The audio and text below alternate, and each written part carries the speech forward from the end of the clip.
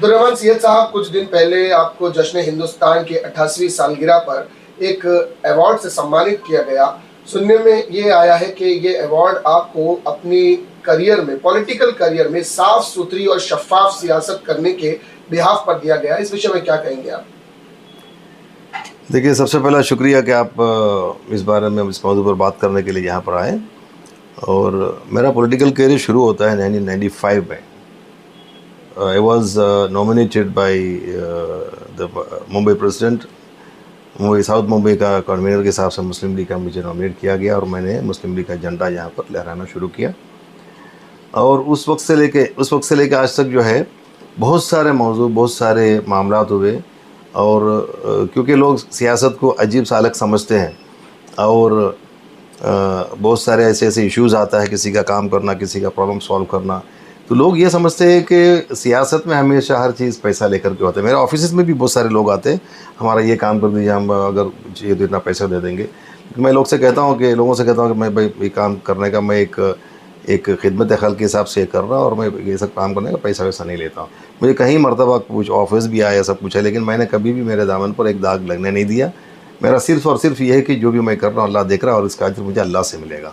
और जो झंडे को मैं लेके चलता हूँ मुस्लिम लीग का, वो मुस्लिम लीग के वो झंडे पर जो है या हमारे कोई भी रहनुमाओं पर आज तक कोई उनका दामन पर कोई दाग नहीं लगा और मैं उनके नक्शो कदम पर चलना चाहता हूँ। दूसरी एक चीज़ ये है कि जब भी कभी भी ऐसा कोई कितना भी डेंजरस है, कितना भी जो है संजीदा मसला वक्त भी आया, तो मैंने अपनी इस पोजीशंस को जो मुझे मिला, आज मैं महाराष्ट्र का जनरल सेक्रेटरी हूँ मुस्लिम लीग का और हमारे केरला जमात जो है उसका मैं joint secretary, vice president, treasurer, general secretary, president तक रह चुका हूँ और बहुत सारे पोजीशंस मैंने अलग अलग इसमें मतलब ऑर्गेनाइजेशन में लिया है। लेकिन मैंने कभी भी जो है कम्युनिटी के या सोसाइटी के लोगों के जज्बात से कभी नहीं खेला, उनके जज्बात को जगा कर और एक दिशा में ले जाने के हिसाब से कभी एक माहौल को मतलब गरमाने के हिसाब से कभी स्टेटमेंट्स नहीं दिया।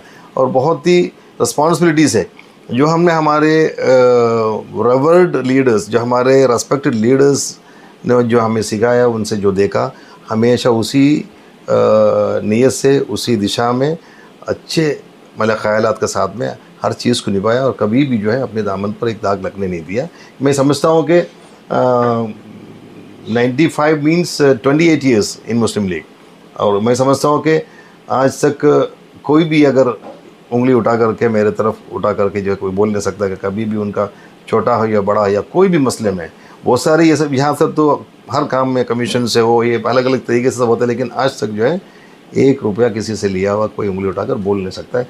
और मैं ये समझता हूँ कि जो रिलेशन हमारे हैं हिंदुस्तान के सरफराज आरू साहब के साथ सामने हमारे सब प्रोग्राम्स में भी होते हैं, वो लोग उसमें देखते हैं दुनिया, क्योंकि कौन क्या है दुनिया में हर चर्चा होता है और इनके सब जो है एक भरोसे के हिसाब से, एक यकीन के हिसाब से मुझे अल्हम्दुलिल्लाह उन लोगों ने इस अवार्ड से नवाजा। मैं ये समझता और मैं उनका तहे दिल से शुक्रिया अदा करता हूँ। अब्दुर्रहमान सैयद साहब, सुनने में ये आता है कि आप जो कि पार्टी के बनात वाला साहब थे, उनके बहुत बड़े डाई हार्ड फैन माने जाते हैं और उन्होंने ही आपको मुंबई की सियासत में इंटर करवाया था और उन्हीं के मार्गदर्शन पर, उन्हीं के नक्शे कदम पर आप चलते हैं, तो इस विषय में क्या कहेंगे? बिल्कुल।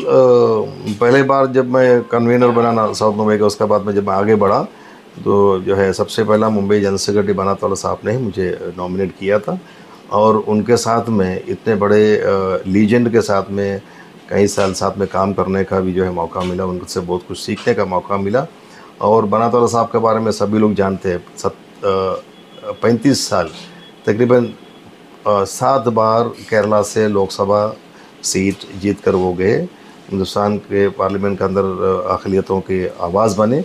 लेकिन जो है जब उनका इंतकाल हुआ, उनके पास कुछ नहीं था और ये सभी लोग जानते हैं।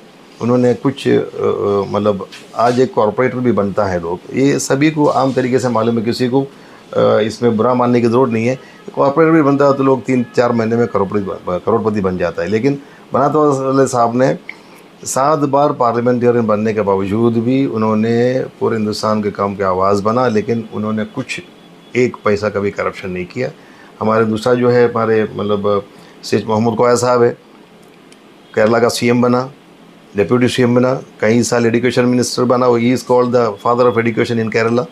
उसके बाद में मुस्लिम लीग का नेशनल जनरल सेक्रेटरी बना, बहुत उन्होंने काम किया। लेकिन जब उनका इंतकाल हुआ तो लोगों को मालूम पड़ा कि उनका घर जो है गिरवी रखा हुआ है और पार्टी ने जो है उनका घर छुड़ा के दिया। तो हमारे ऐसे ऐसे रहनुमा हमारे सामने है, उनके नक्शा कदम पर चलने की हम लोग कोशिश करते हैं।